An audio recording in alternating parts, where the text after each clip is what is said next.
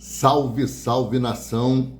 Venho trazendo para vocês alguns cortes para ver como reagiu a mídia esportiva diante da vitória do Flamengo sobre o Cusco por 2-0 na estreia da Libertadores das Américas. Daqui a pouco eu volto com as minhas considerações finais. Fiquem com o vídeo, deixe o like de vocês, se inscrevam e ajude no crescimento do nosso canal. Quem está com a gente acompanhando Troca.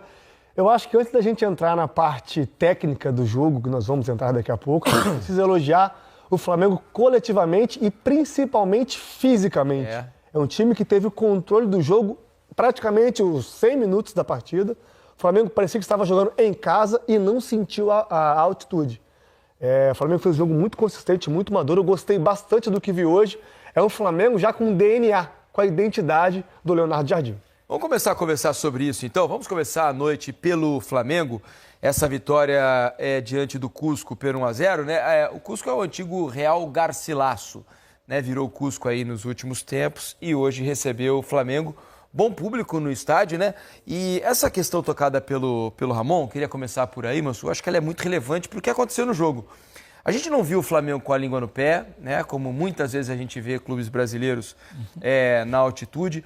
Não houve um desgaste acima do normal, ou pelo menos que tenha sido tão perceptível para nós que estávamos vendo.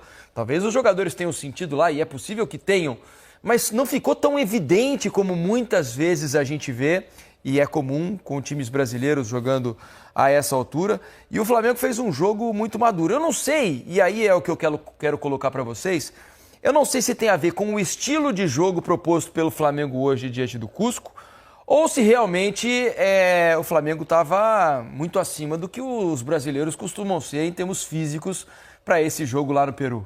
Olha, Felipe, eu acho que passou um pouco pela capacidade de controlar a bola que o Flamengo teve e fazer com que o time não precisasse correr exageradamente atrás do Cusco. Acho que a qualidade do adversário tem a sua parte disso também, mas é evidente que a gente já viu times ruins pela diferença que a altitude coloca. E 3.300 metros não é uma altitude desprezível.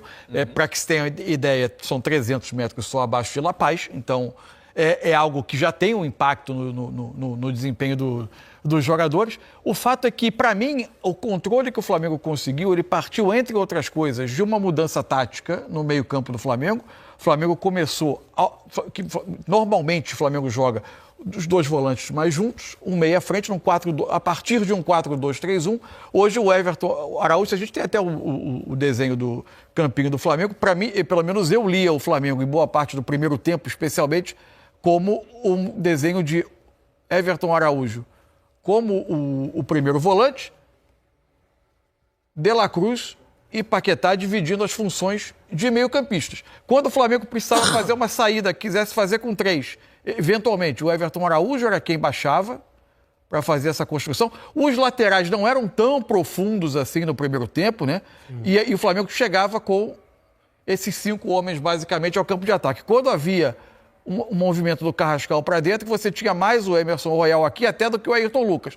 No segundo tempo, vou até tirar a marcação aqui do Everton Araújo, do De La Cruz, do Arrascaeta, ele passa a ter com mais um pouco de frequência. Aí eu acho que também já com uma preocupação física de se precaver um pouco mais, um período em que estão os dois lado a lado, e a gente viu mais passagem do Ayrton Lucas por aqui, porque tinha um espaço para jogar nesse setor, e foi por aqui que saiu, inclusive, o cruzamento do Ayrton Lucas para o gol. Bom, com tudo isso, eu acho que o Flamengo conseguiu combinar um controle do jogo. O Flamengo dividiu posse com o Cusco, o jogo terminou próximo dos 50% para cada lado. Tem um 49. Muita opção de passe próxima. Acho que essa questão dos 2 meias facilitou, inclusive, o Paquetá no primeiro tempo. Acho que ele teve uma participação das melhores dele. Gostei muito do Paquetá hoje também. De desempenho pelo Flamengo. E uma coisa que é impressionante, né? Na altitude, a essa altura da carreira, o Bruno Henrique fez uma partida impressionante em termos de o que ele correu, o que ele deu de alternativa em profundidade. Agora que é o seguinte, ele tem algo que a maior parte dos jogadores não vai ter e não tem e nunca vai ter, que é estrela. Tem também. Quem é um jogador, vocês podem achar o Bruno Henrique que não é um grandíssimo jogador, que ele já não está mais no auge, que perdeu um pouco do gás. Você pode achar 1000 coisas sobre o Bruno Henrique, mas o que não dá para discordar é o que esse cara tem de estrela. Que ele é decisivo. Ele é decisivo, ele é um jogador que tem gol, ele tem velocidade. A idade dele, Mansur, ele dá arrancada. Teve uma no Diniz, primeiro tempo que ele saiu pela esquerda a lesão lá. que ele teve, como ele voltou. Incrível, inexplicável. Ele é um caso para ser estudado, 35 realmente. É isso. E 35 anos, a velocidade, a explosão muscular que ele tem não é normal, né? Não é normal. É impressionante. Ele é jogador que não dá para se Ele desprezar estava dando jamais. pique no final do segundo tempo, pouco antes. Né? Ele sai porque ele dá um pique e ele escora na placa assim. E há quanto também, tempo né? ele tá sem jogar, né? E há Também, quanto tempo né? ele tá sem Tô até jogar? checando aqui Aguentou o- 90 minutos Exatamente. no jogo na altitude. Ele saiu com 85. Eu estava checando aqui o Falei tempo 90, exato. né? Quase 90. Não, é porque teve o acréscimo do primeiro tempo, enfim. E esse posicionamento que o Mansur trouxe, especialmente no primeiro tempo, o Flamengo causou muita dúvida ao número 88, o Diego Souto ali. Aqui, ó, marcado. Justamente através desse posicionamento que o Mansur citou. Esse espaço que está ali entre o Bruno Henrique, o Dela Cruz e o Plata, o Flamengo conseguiu encaixar passes por dentro ali, conseguiu, através desse passe por dentro, conseguir ter um domínio e um controle muito Acontecia grande do muito. jogo. Desculpa, Ramon. Acontecia muito, por exemplo, como o Carabarra era um meio um pouco mais ofensivo, esses dois homens aqui, ó, traindo esses meias, Exatamente. houve momentos em que o De La Cruz carregava o Souto e esse passe entrava direto aqui. Exatamente. Então o jogo acontecia demais nesse entre linhas do Cusco. Tinha muito ficava- espaço. Tinha muito espaço. Ficava o Plata por dentro, o Paquetá por dentro e o Carrascal por dentro. Eram 3 nas costas de um, às vezes 2. Exatamente. E o Até Bruno- agora colocando os 3 aqui nesse espaço aqui. E o Bruno Henrique, que esse cara chato, entre aspas, que fazia essa diagonal curta, e todo mundo sabia que é muito perigoso, se houvesse a possibilidade ele faria, a linha de 4 ficava postada. Isso, não ficava anda com pra medo, frente, né? Ficava com medo de andar, de saltar um jogador e ele conseguir aproveitar esse espaço. Então o Flamengo teve um espaço ali para jogar. O gol do Flamengo nasce exatamente desse espaço. Uma falta cobrada rápida que entra nesse espaço entre o Diego Souto, ali pelo lado direito de defesa da intermediária do Cusco, e acelera no Ayrton, que faz um belíssimo cruzamento. Aliás, o cruzamento do Ayrton é muito bom, né? Muito bom. Espetacular. Ele chega bem na bola e cruza bem. E acho que há uma outra questão, né, de um jogador que é muito questionado, por boa parte da torcida do Flamengo, que eu gosto bastante. Acho que, de novo, ele entrou hoje, fez o primeiro jogo dele como titular, sob o comando do Leonardo Jardim, estava meio à margem do grupo, que era o Plata. Hoje iniciou um jogo, acho que era improvável, né? Eu não imaginava o Plata iniciando. Aliás, a escalação a gente pode conversar daqui a pouco. Uhum. Acho que surpreendeu muita gente, né? O Plata começou e fez um bom jogo, né? Eu gostei da atuação do Plata, embora acho que deveria ter sido expulso. Então, aí tem, acho tem duas ele discussões de deveria arbitragem ter sido importantes expulso. no jogo, né? É porque ele dá um pisão na lateral esquerda, né, de defesa do Cusco, um pisão acima do tornozelo, o pé do jogador do Cusco, inclusive afunda no gramado, faz um buraco no gramado, né? O VAR olhou e achou que... E eu fiquei com a impressão que no gol anulado a linha foi mal traçada. Eu também fiquei. Agora, a definição de imagem é era tão ruim. É o grande problema que a gente fala, é a E a comunicação, gente- a forma assim, como é comunicado. E a gente não costuma discordar disso aqui, né, Não. Mansur? Porque a gente fala, a É, tecnologia. tecnologia. tá Só lá, que a então, sensação de que estava traçada no braço do jogador, no cotovelo do jogador do Cusco, foi muito grande. Mas, enfim, E para ser justo aqui, o Paulo César de Oliveira, na transmissão... achou que não era expulsão. Achou que não era para expulsão o lance do Plata. Eu achei para expulsão. Eu também achei. E você, Ramon? Eu achei para expulsão também. Ele dá a possibilidade do árbitro interpretar. Só que o pisão dele é muito forte. A grama é um pouco mais alta, mais fofa, mas ele arranca o pedaço. E ele chega atrasado na jogada. Para mim também era Agora, o tornozelo Plata- do jogador do Cusco. Acho que é o dobrado, Colito, era 22, acho que era o Colito que sofreu o pisão. O Plata, claramente houve alguma questão disciplinar, não era uma escolha meramente técnica. A entrevista do Léo Jardim anterior antes do Você acha fim que não era só técnica? Não era. Não, era quando ele também fala técnica? em questão de integração, para mim a questão fundamental era alguma questão ou disciplinar, de convivência, de relação, enfim. Campo também. E ele entra nos minutos finais contra o Santos. Sim. E aparentemente ali ele estava sendo a chave do momento da reintegração dele. Porque ele tem algumas características que é difícil para o Flamengo prescindir o tempo todo. Porque o Flamengo não tem tantas alternativas de atacantes que saibam se mover mais pelo centro do ataque, que tenham essa capacidade de atacar espaço por vezes e também de combinar por dentro, o Plata sabe jogar de costas, combinar. É um jogador que nem toda a torcida morre de amores por ele, mas eu acho que ele tem algumas características que não sobram no elenco do Flamengo. E hoje a minha sensação era que o Leonardo Jardim queria ter esses jogadores que incomodassem a última linha do Cusco, que tivessem sempre sendo uma ameaça de uma corrida às costas e que permitissem ao Flamengo manter essa rédea do jogo com os meias com um pouco mais de espaço para jogar. Então, naturalmente, dentro do que é o elenco do Flamengo e o elenco de atacantes do Flamengo, é melhor para o Leonardo Jardim ter o Plata, ele soluciona algumas questões por vezes. Mas fez um bom jogo, né, Ramon? O Plata? Fez um bom jogo, assim, eu acho que a escalação, não sei se vocês concordam ou não, eu achei muito acertada por parte do Leonardo Jardim. Porque mas inesperada, foi uma Não, inesperada. Surpresa, né? Porque quando não começa Arrascaeta e Pedro, passa a ser inesperado. Exato. Mas é adaptado ao contexto, né? Perfeito, porque ele tem o controle do meio-campo com o De La Cruz, tem um passe muito bom, né? O De La Cruz não tem sequência no Flamengo por questões físicas, mas em questões de qualidade, ele sobra. O Paquetá, controle, força e tem também entrega na marcação e entrega em finalização, como finalizou. E tem no Everton Araújo um cara mais de contenção, que vai pegar, que vai estar mais próximo da defesa. Até se posicionou muito no primeiro tempo, num 4-1-4-1. Eu acho que ele estava muito preocupado com os cruzamentos, né? Porque jogada aérea na altitude é um Deus nos acuda. Para ele ser esse quinto elemento, para entrar próximo dos zagueiros quando essa bola chegasse dos lados. Acabou que não aconteceu tanto. O Flamengo, no primeiro tempo, de 4 duelos aéreos, ganhou os 4. O Flamengo se posicionou defensivamente muito bem e ganhou os duelos muito bem. E teve no ataque um ataque mais leve, justamente por isso. Para ter o jogo no entre linhas, com Carrascal, Paquetá e Plata muito forte, e ter com Carrascal e Plata, somado ao Bruno Henrique, esses ataques ao espaço, ao meio espaço, à profundidade. O Bruno Henrique, ele sofre uma falta, eu acho que por causa dessa falta recebe o cartão amarelo o defensor do Cusco. Porque ele domina na intermediária e dá um tapa, que se não é falta, ele ia lá dentro do gol. Justamente pelo entendimento do contexto do Jardim, de querer um time mais leve na frente, que tivesse mais poderio físico para atacar os espaços. Curioso que você identificou, por exemplo, nessas mudanças, eu fiquei imaginando o porquê das trocas. Se havia um certo privilégio para o Campeonato Brasileiro, né, pensando que tem um clássico Fla-Flu no final de semana, não é? Eu acho que também pesa, né? Mas tem o contexto o tipo de jogo. É isso que eu queria saber, se foi... porque eu confesso, a primeira coisa que me veio à cabeça quando eu vi a escalação, eu pensei menos nas características do jogo e pensei, acho que ele está pensando no Campeonato Brasileiro, tem um clássico, ele sabe que ganhar fora de casa na altitude, às vezes pode ser um resultado que seja menos importante, nem descartável.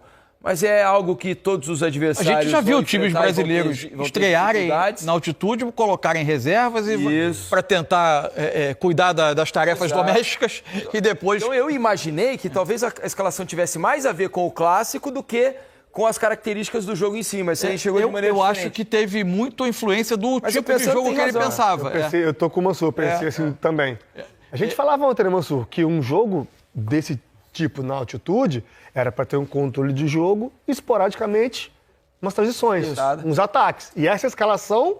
A gente raramente viu... Uma escalação muito física, A gente raramente viu o Flamengo permitir que o jogo ficasse descontrolado, com a bola viajando de um lado a outro e a defesa tendo que correr para trás o tempo todo. A grande surpresa da escalação, para mim, não a forma, a ideia de jogo, ela parece aquela que é mais ou menos uma fórmula que os times tentam colocar na altitude. Em termos de nome, para mim, a grande surpresa foi o De La Cruz.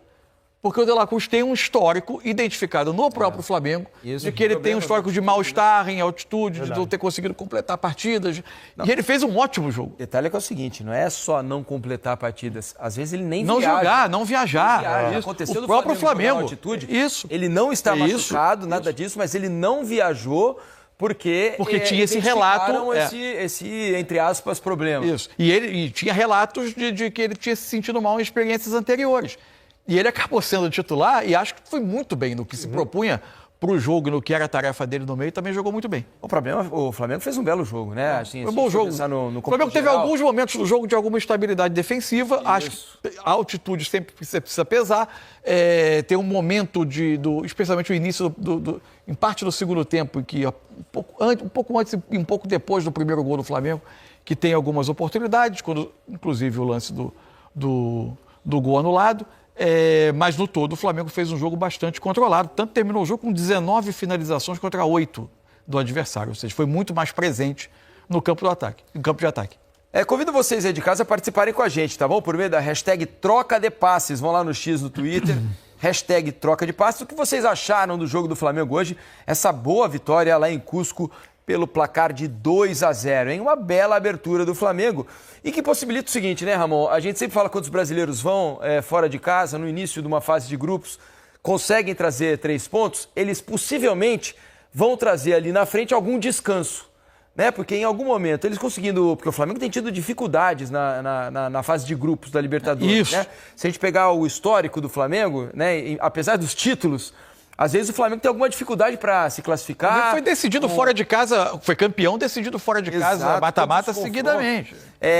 Então, se esse ano conseguir o Flamengo fazer algo diferente, como o Palmeiras, por exemplo, sempre faz, ou sempre tem feito, de passar com facilidade esse início da fase de grupos, ele pode se dar ao luxo de mais à frente fazer escolhas, pensando no Campeonato Brasileiro, onde o Flamengo também pensa em brigar pelo título, assim como o Palmeiras. Então pode ser importante nesse aspecto das escolhas e dos descansos futuros que a comissão técnica pretende dar aos jogadores. Eu acredito que essa pergunta possa ser feita na coletiva que o Jardim dará daqui a pouco. E certamente ele falará, Flamengo vai pensar jogo a jogo. Eu acho que o elenco que o Flamengo tem que ser pensado sim, jogo a jogo. É claro que vai chegar uma parte da temporada que o Flamengo vai ter que dar uma atenção para competição A ou B, enfim, o Flamengo vai determinar, juntamente com a sua comissão, o que fazer. Mas é muito importante pensando nisso, pensando no jogo. O Flamengo no passado passou dificuldade contra os Estudiantes, passou dificuldades contra o Racing porque decidiu fora. Então você conseguir fazer uma campanha que te dê a possibilidade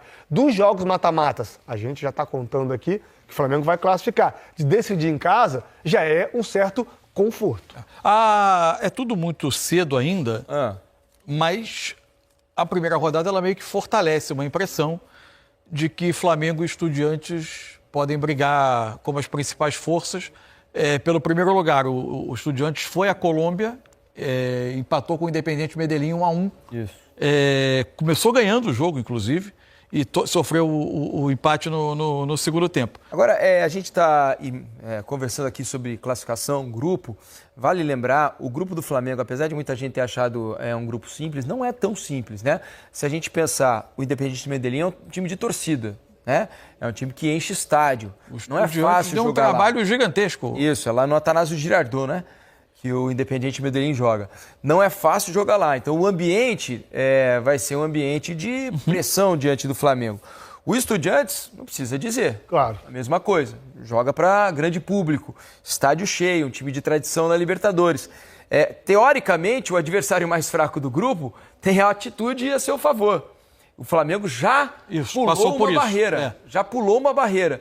Então consegue pensar melhor nessa questão de lá na frente ter alguns benefícios. O Estudiantes deve ter engasgado. Pode ser desafiador, né? Sim, o Estudiantes deve ter engasgado o mata-mata da Libertadores do ano passado, né? Tem essa quando também. O Flamengo precisou, foi aos pênaltis para conseguir a classificação. Foi duríssima a eliminatória contra o Estudiantes. O Flamengo é melhor time, mas foi uma eliminatória duríssima.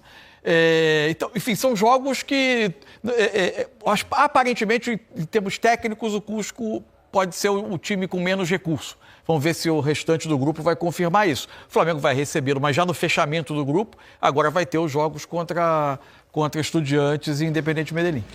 Fala aí, nação rubro-negra, tô de volta. Vitória importantíssima.